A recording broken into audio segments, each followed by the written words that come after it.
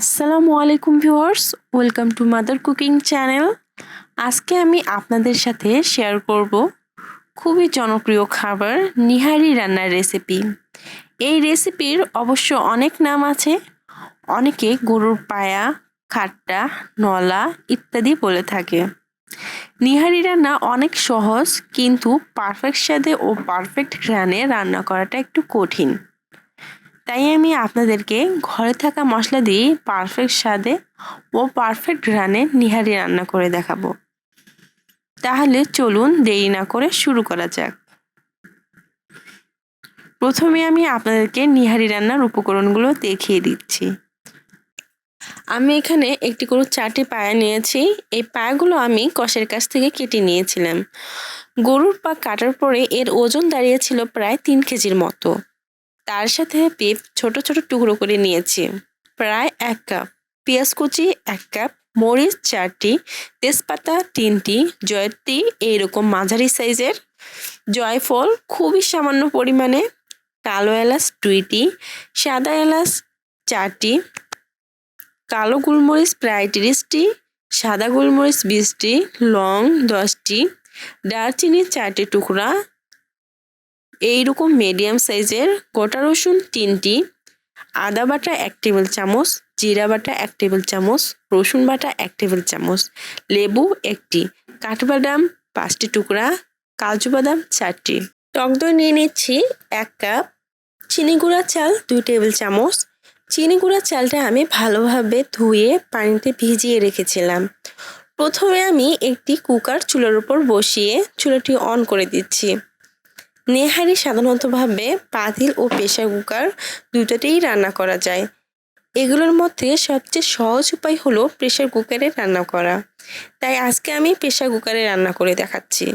নিহারি রান্না করার জন্য আমি এখানে 1 কাপ সরিষার তেল দিয়ে দিচ্ছি, কারণ নিহারির পারফেক্ট স্বাদ থাকে সরিষার তেলে, সয়াবিন তেল অথবা ঘিতে না।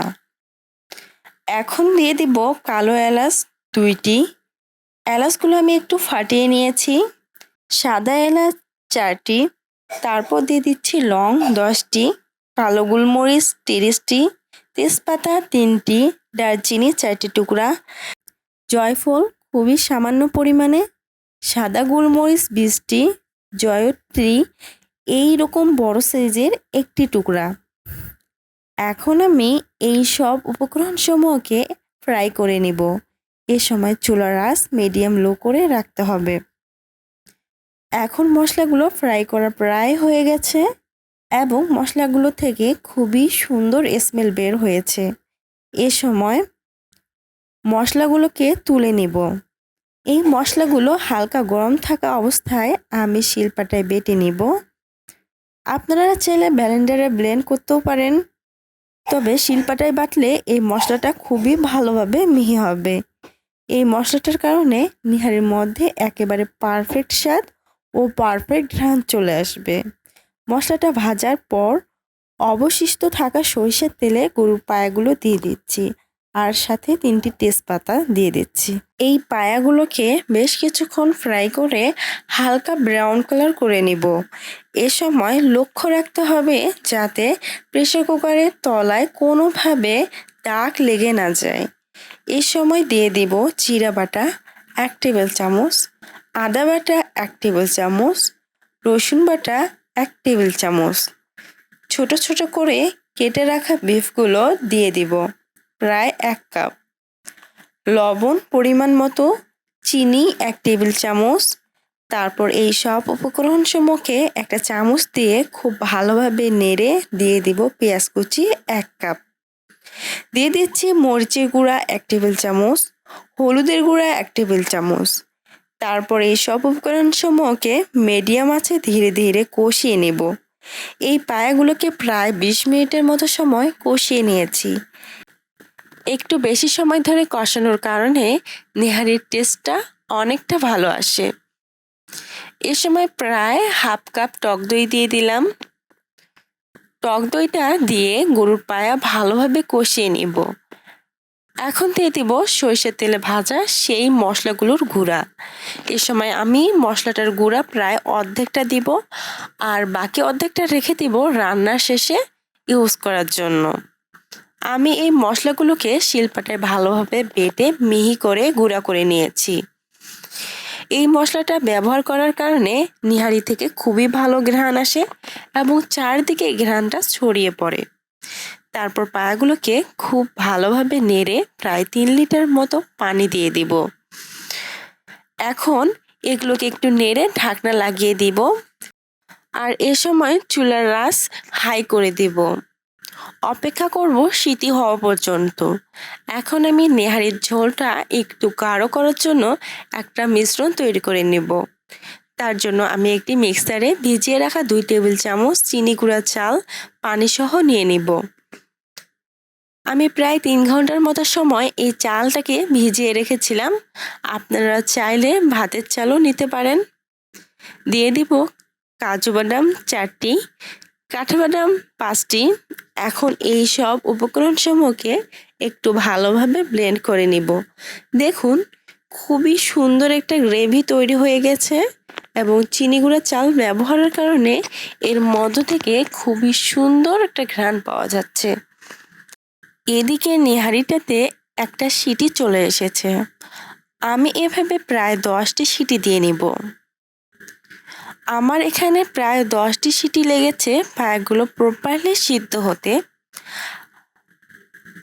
আর সাথে চারিদিকে খুবই সুন্দর ঘ্রাণ ছড়িয়ে পড়েছে। আপনারা দেখতে পাচ্ছেন যে পায়াগুলো থেকে রগগুলো খুলে যেতে শুরু করে দিয়েছে এবং পায়ের রগগুলো নরম হয়ে গিয়েছে। এ সময় দিয়ে দিব 3টে গোটা রসুন, তার সাথে চিনি গুঁড়া চাল ও বাদামের মিশ্রণটা ঢেলে দেব। এতে করে নেহারির পাতলা ঝোলটা অনেকটা গাঢ় হবে। এ সময় ঝোলটা একটু টেস্ট করে দিয়ে দিচ্ছি পরিমাণ মতো লবণ, আর সরিষার তেলে ভেজে নেওয়া মশলার গুঁড়া বাকি অর্ধেকটা। এ সময় একটা চামচ দিয়ে আলতো হাতে নেড়ে দিব। চিনি গুঁড়া চাল ও বাদামের মিশ্রণটা দেওয়ার কারণে ঝোলটা অনেকটা গাঢ় হয়ে গিয়েছে। আপনারা আপনাদের প্রয়োজন অনুযায়ী মিশ্রণটা কম বা বেশি করে নিতে পারেন। এ সময় চুলার আঁচ আমি মিডিয়াম লো করে রাখবো। ঢাকনাটা আলতো করে দিয়ে প্রায় 10 মিনিটের মতো সময় নেহারিটাকে চুলার ওপর বসিয়ে রাখবো। ফিরে এলাম প্রায় 10 মিনিট পর। এ সময় পায়াগুলো খুবই ভালোভাবে সিদ্ধ হয়েছে এবং ঝোলটা অনেকটা গাঢ় হয়ে গিয়েছে। এ সময় চুলা অফ করে দিব। নেহারিটাতে সরিষার তেল ইউজ করার কারণে এর মধ্যে থেকে খুবই সুন্দর একটা ঘ্রাণ চারিদিকে ছড়িয়ে পড়েছে। এই নেহারিটা রুটি, নান, পরোটা, ভাত ইত্যাদি যে কোনো কিছুর সাথে আপনারা খেতে পারেন। প্রিয় দর্শক, এই ছিল আমাদের আজকের রেসিপি। মাদার কুকিং চ্যানেলের আরও এক্সাইটিং রেসিপি নিয়ে আপনাদের সামনে আবারও উপস্থিত হব। ভিউয়ার্স, আপনাদের সকলকে অনেক অনেক ধন্যবাদ জানাচ্ছি পুরোটা সময় আমাদের সাথে থাকার জন্য।